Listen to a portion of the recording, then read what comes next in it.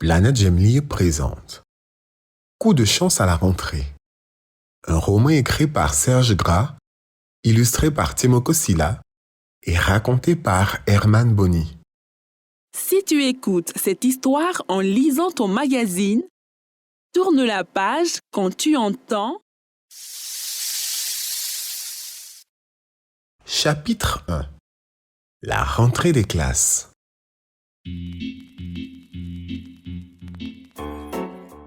Aujourd'hui, c'est la rentrée des classes au groupe scolaire Tiama.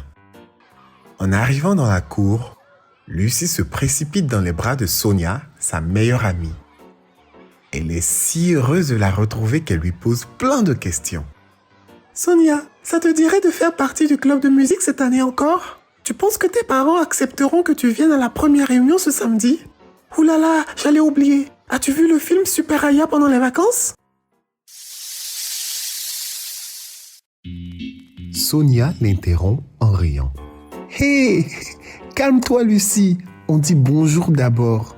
Au même moment, la sonnerie retentit. Le temps que Sonia réponde à toutes les questions de Lucie, tous les élèves de CM1B sont déjà entrés en classe. Comme elles sont les dernières à arriver en classe, Lucie et Sonia se retrouvent au fond. Aussitôt installée, Lucie comprend qu'elle a un problème. Elle ne voit rien de ce que la maîtresse écrit. Lucie attend la récréation pour pouvoir parler seule à Madame Bécanti. La maîtresse lui répond qu'elle va la changer de place. Madame Bécanti ajoute qu'elle demandera aux parents de Lucie qu'ils l'amènent voir un ophtalmologue pour vérifier sa vue. Le samedi suivant, Lucie, son petit frère Fama et ses parents font la connaissance du docteur Tanji. Dans le cabinet, Lucie remarque une grosse machine installée au centre de la pièce et demande d'une petite voix. « Est-ce que ça va faire mal ?» Le docteur Tanji lui explique que non et débute les examens. Lucie le trouve gentil. Quelques minutes plus tard, le médecin annonce le diagnostic. Lucie a une vision floue de loin et nette de près. Et elle doit donc porter des lunettes. La panique se voit sur le visage de Lucie. Elle n'a aucune envie de porter des lunettes. D'ailleurs, dans la tête de Lucie, c'est décidé. Elle ne les portera pas. En tout cas, pas à l'école. Pas question de laisser ses camarades de classe se moquer d'elle. Elle a un plan qu'elle dévoile à son petit frère en chuchotant. Je partirai à l'école avec mes lunettes, puis, une fois arrivée en classe, je les cacherai dans mon cartable. Chapitre 2. Les lunettes de la chance. Chez l'opticien, Lucie finit par accepter de regarder les modèles de lunettes, même si elle n'en a pas envie. Avec l'accord de ses parents, elle choisit une paire violette avec des étoiles sur les branches.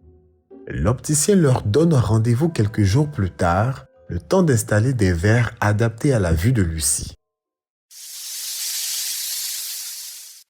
De retour dans la boutique pour l'essayage, Lucie met les lunettes sur son nez et s'écrie « Waouh! Je n'avais jamais réussi à lire d'aussi loin !» Puis elle regarde par terre et remarque une carte au sol. Elle dit « Maman, tu as dû faire tomber cette carte de ton portefeuille quand tu l'as ouvert tout à l'heure. » Impressionnée, Fama, son petit frère, déclare « Maman avait raison. Les lunettes, ça va te changer la vie. » Lucie aperçoit alors son reflet dans un miroir et elle marmonne. « Ouais, ça change surtout ma tête. » Le lendemain, au petit déjeuner, Lucie arrive à lire tous les ingrédients sur la boîte de chocolat en poudre. Au moment de partir à l'école, c'est elle qui retrouve les clés que son papa avait égarées. Fière d'elle, Lucie en oublie qu'elle avait décidé d'enlever ses lunettes une fois à l'école. Son arrivée dans la cour crée un attroupement. Deux élèves se mettent aussitôt à rire en répétant « Lulu la lunetteuse, Lulu la lunetteuse !» Sonia vient aussitôt au secours de son amie. Elle les traite de jaloux et explique que le mot lunetteuse n'existe pas. Une fois les moqueurs calmés, les camarades de Lucie lui font plein de compliments. Tous trouvent ses lunettes très belles. Le soir, dans la chambre, Lucie raconte sa journée à son petit frère. « Fama, tu ne me croiras jamais. À l'école, j'étais la star de la récré, car tout le monde voulait essayer mes lunettes. Grâce à elle, j'ai retrouvé les boucles d'oreilles de Sonia tombées dans les graviers pendant la récréation. » Lucie déclare avec fierté. « Je crois que mes lunettes me portent chance. » Sans rien ajouter, elle retire ses lunettes, les dépose au chevet de son lit, puis elle s'endort. Chapitre 3. La disparition des lunettes. Ce vendredi matin, Lucie se prépare pour l'école. Fama, lui, reste à la maison car il a mal au ventre. Au moment de partir, Lucie ne trouve ses lunettes nulle part. Pourtant, elle est certaine de les avoir posées près de son lit. La fillette s'inquiète. Elle cherche ses lunettes partout avec l'aide de ses parents. Lucie interroge Fama, son frère, qui lui répond qu'il n'a pas vu ses lunettes. Il ajoute en bafouillant.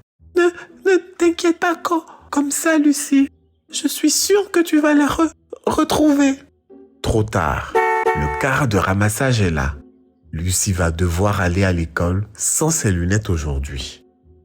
À peine Lucie a-t-elle claqué la porte d'entrée que Fama sort les lunettes de sa sœur de l'endroit où il les avait cachées et il les met sur son nez. Il regrette un peu d'avoir rendu sa sœur inquiète, mais il voulait à tout prix tester les lunettes de la chance. C'est tout le contraire qui se produit. Tout paraît flou autour de lui. Il manque même de faire tomber la belle vaisselle en porcelaine que sa maman expose sur le buffet du salon. Se rendant compte de sa bêtise, Fama file reposer les lunettes de Lucie sur sa table de chevet. Quand sa grande sœur rentre de l'école, Fama lui avoue tout. « Pardonne-moi, Lucie. C'est moi qui ai caché tes lunettes ce matin. » Lucie s'énerve. « Mais tu te rends compte de tous les ennuis que tu m'as créés ?» Fama répond. « Je suis tellement désolée. Moi aussi, je voulais avoir de la chance. » Lucie se radoucit et lui explique. « Fama, ce ne sont pas les lunettes qui portent chance. C'est parce que j'ai accepté de les porter que ma vie a changé. Et ça, je vais bien le dire aussi à tout le monde à l'école. » Maintenant on est grand, on apprend à lire, on a droit au roman, mais pas de Jamil. Des histoires qui font peur et d'autres qui font rire, du passé, du présent et de l'avenir. Maintenant qu'on est grand, on va pouvoir lire tout